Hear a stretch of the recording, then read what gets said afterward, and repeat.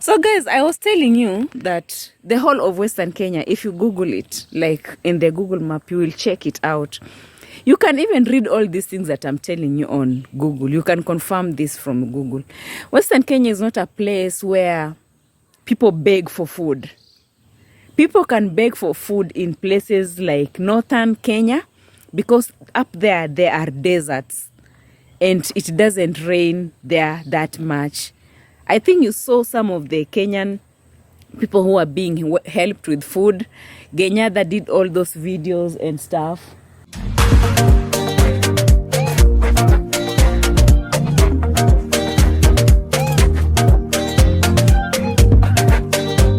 Hello, this is Mr. Nice, the host of Kung Fu Fanta, and welcome back, as today we're going to talk about something that's very important considering that supposedly Kenya has a food crisis. People are starving in Nambahanzi village, Nambahanzi.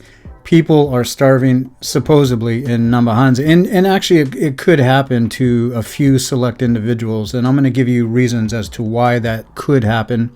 And I'm sure it's going to happen to at least one YouTuber in the village. First off, the man that you see on your screen is the reason why people are begging the way that they are on YouTube in that village. This is the man who caused that to happen. Now, the first real genuine donations to be asked for to help somebody out was with Michele Ponte, who was actually helping out Uncle Mo in order to get windows put into his house finally. So after that, the whole thing just blew up. So Michele Ponte, all he did was actually do a good thing, and the fruits of his labor, we have good people like Fellow the Boy, and we have Max One from Kenya, who are guys that help support the good things that are happening within the village. But on the other hand, the guy on the screen here, being I Am Marwa, basically begs for donations. He admits that he's a beggar. And so what I'm telling you, the villagers of the village, don't give up your farmland. Don't give up your farmland. If you're a farmer and you're making money and using it to, supply your own food supply or just your food supply, all three of those things are actually valued as wealth. Don't give up your wealth for YouTube. Now, YouTube is a good thing. It's the soft life. You get to taste a little bit of the soft life. For those who have been gaining, Google AdSense checks every month from YouTube, well, that's a good thing. However, some of you have been getting a lot more money, or more often getting money from donations by your begging. So when you're setting up projects and you're begging for people to pay for your project for your own personal gain, that's not a good look. But let's not talk about that. Let's actually talk about the farmland that you own, if you have it. Don't sell the farmland, for one. Two, don't stop farming. Don't stop farming. Why? Why am I saying this? Because what's going to happen one or two ways. One, YouTube could leave at any time. YouTube can be there as not being a thing anymore. And if that happens, where does that put you? It puts you without a Google AdSense check every month. You're going to be without that money. And if you had stopped farming because of YouTube, then you're behind on your farming. Okay? And I'm talking about the people who have land, not the people who don't have land. The people who do have land. Don't stop farming. Because I know this is going to happen to at least one village YouTuber. They have land, they start YouTube, they taste the money, they stop farming. So basically what you don't want to do is you don't want to only have one source of income. You want to have 2, 3, 4 sources of income. So whether if you're farming just for your own food or just for sale or for your own food and to sell what you grow, in all three situations, that is wealth. If you get rid of that wealth or if you just leave it stagnant, you are putting yourself behind. Yes, it's hard work. You already know if you farmed, it's hard work. It takes a lot of hours just to get that end result. However, the fruits of your labor are real. So if you went ahead and just stopped working on the fruits of your labor, then you're putting yourself in a situation of poverty, and that would be your own fault. You can't blame the guy on the screen for that happening to you if you allow that to happen. So Michele Ponte started something great. He started a fundraiser for people to donate for Uncle Mo to get the windows put in his house. It was a great thing that worked out is successful. However, this guy on the screen, he's been begging for selfish reasons, not for the greater good of the community within the village. Okay, it wasn't for the greater community. He only started doing that because Michele Ponte started something that was positive. However, a lot of YouTubers in the village are creating projects for their own selfish gain, and that's not right. And because of Michele Ponte, now not all this came out bad. We have Fellow the Boy, who's doing a lot of projects for the good. So what Michele Ponte had done is, Fellow the Boy is a result of that. Max One is a result of that. Max One, a pillar of the community, who works in, a government position, does YouTube at the same time, gives great advice. And also, he just came out the video not too long ago, the one you see on the screen. I'll put that link down in the description box, so watch and listen to the whole video. He is the only one that I see it's actually giving viable information of what is going on in that village in Nambahanzi. Who else is doing that? I don't see anybody else doing that. If there is, let me know. Send me a video and let me see that. I mean, he's given full details of the reality of that village. And just to let you guys know that this is not about Marwa. A part of this is about him, but this is not about Marwa. This is about the YouTube villager that's going to put himself or herself in a position of poverty. If you deal your cards in the wrong way, you're going to end up with no money and maybe no food supply for a certain amount of time.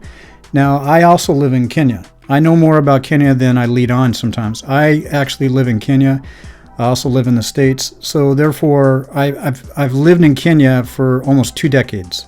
So I know a lot about Kenya. So I know a lot about the villages in Kenya. And so I've never been to this particular village. However, ever since this whole thing blew up with Uncle Mo getting his own YouTube channel, and I Am Marwa and Dimoango didn't like it. And then everybody, it seems like, has now got a YouTube channel. Well, Dimoango and I Am Marwa now have to accept it. So basically, there's a lot of shenanigans going on within the village.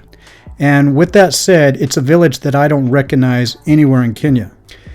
I've been to many villages, and I will continue to go to more villages. But when I look at what's going on in YouTube and the stories I'm hearing that's going on even outside of YouTube about this village because of YouTube. YouTube is probably the problem, by the way. Because of YouTube, this village is something that I don't recognize in Kenya. The whole thing about begging donors in America or anywhere else to fund them for their projects is abnormal. It's not to say that there's nobody in Kenya that does that, but it is abnormal. For so many people to start a YouTube channel just to do that is abnormal. And that is what some people are actually doing. They've been told that they can make money this way, that they can scam people from other countries by, crying crocodile tears in order to get money from them, in order to line their pockets, as well as, probably get a nice home in the process. But the thing is that you cannot be a person to be trusted if that is what your intentions are. But I still come back to the part where you as a YouTuber, that one person who's going to stop growing food on their land just because they tasted money on YouTube is a recipe for disaster for yourself. And then at that point, you can't blame D. Moango and you can't blame I Am Marwa if you put yourself in that position, or anybody else. You will put yourself in that position because of you. Now let's go on to A.M. Carroll. Now A.M. Carroll, her latest video, I'm going to put that latest video that I watched where she's back at her parents' compound. Beautiful compound, by the way. Beautiful area. The things that she said about, food, Kenya is starving, that somebody sent her a message or asked her a question. Are people really starving in Kenya? And I'm going to just say, no, that's not true. People are not starving in Kenya. So I've told you already that I've been in the country for almost 2 decades. One of the first questions I asked, because as coming from America, wanting to know anything about Africa, one of the questions that I asked, from the very first day is, are people really starving in Kenya? Because in America, that's what it seems like it is when you watch the NGOs and they put on their commercials. $1 a day will feed a child. So 2 decades later almost, what I have not seen in Kenya at all, I've never seen a kid that was starving to death. Never. I've seen hungry children, I've seen hungry adults, but nobody is starving.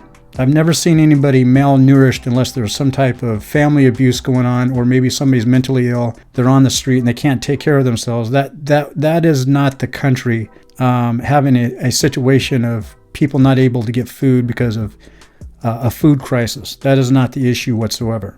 So what A.M. Carroll was pointing out, and what I've been told from the very beginning, that if you want to see that, you can see that. But you have to go to the northern Kenya, like Turkana in that area. You have to go up there in order to see that. So from day one in 2006, all the way to now, I can ask that same question and people will tell me you'll have to go to northern Kenya to do that. I've never been to northern Kenya. I've never gone past Isolo. So I've never been past there to go to that area where they tell me to go. If I'm going to see where kids, their ribs are sticking out of their chest, they got flies over their faces, their legs are as skinny as toothpicks, I've not seen that once in Kenya. And I've never been to northern Kenya in order to see that. A.M. Carroll in her video, in this video, with this screenshot that I have here, she said maybe in northern Kenya, that's where you got to go. Or in northern Kenya, that's where you got to go. And it's true. Because I haven't been all over Kenya, but I've been in a lot of places. And I have not seen that happen yet. Now back to Max 1. Now this is the video, a screenshot of the video that you should go and watch. He talks about everything in Nambahanzi, the good and the bad and the ugly that's going on right now in the village. He's just talking about things that are going on in the village, period.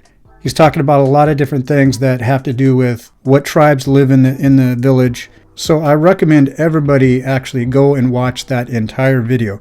If you haven't done so already, you need to actually watch it. You need to sit down and listen to what he has to say, what the wife has to say, and then you'll get a better understanding of Nabahanzi village, because what he is saying about the village is basically what I know about Kenya in all of the villages that I've been to and yet to go to. So with that being said, be careful, you as a listener, a fan, whatever, that's on YouTube, be careful of what information that you take in from people who are lying to you in that village, or people visiting that village just to get views for their YouTube channel. And actually, you know, it's kind of disturbing that a lot of people are going to that village thinking that their own channel is going to grow just because of it. I've known quite a few people personally who have YouTube channels that have already gone there and have not had any success whatsoever. So being in the village is not going to guarantee you any success for your channel as a whole, or for your YouTube video that you filmed in that village because you went there. And you know, last but not least, we have Barky Barky, the Chihuahua. I will have to say that she's definitely one of those people. She is a clout chaser. She is absolutely a clout chaser. So what that she has some of the YouTubers that have more popularity or success in that village coming to visit her. She is a clout chaser, she is a troublemaker, and she's not doing anything for the betterment of Kenya. She's not doing anything for the betterment of that village. If anything, she's causing more issues for that village. And she's actually causing more issues for Kenya as a whole. So with that said too, I would have to go ahead and say that this is a person who cannot be trusted. I think I said this once before in one of my other videos. This is a person that cannot be trusted because her intentions for what she has to say in her videos, there is nothing positive about it. She's 100% negative. So on that note, everybody, thanks again for watching Kung Fu Fanta. I'm your host, Mr. Nice. And on that note, I'm out.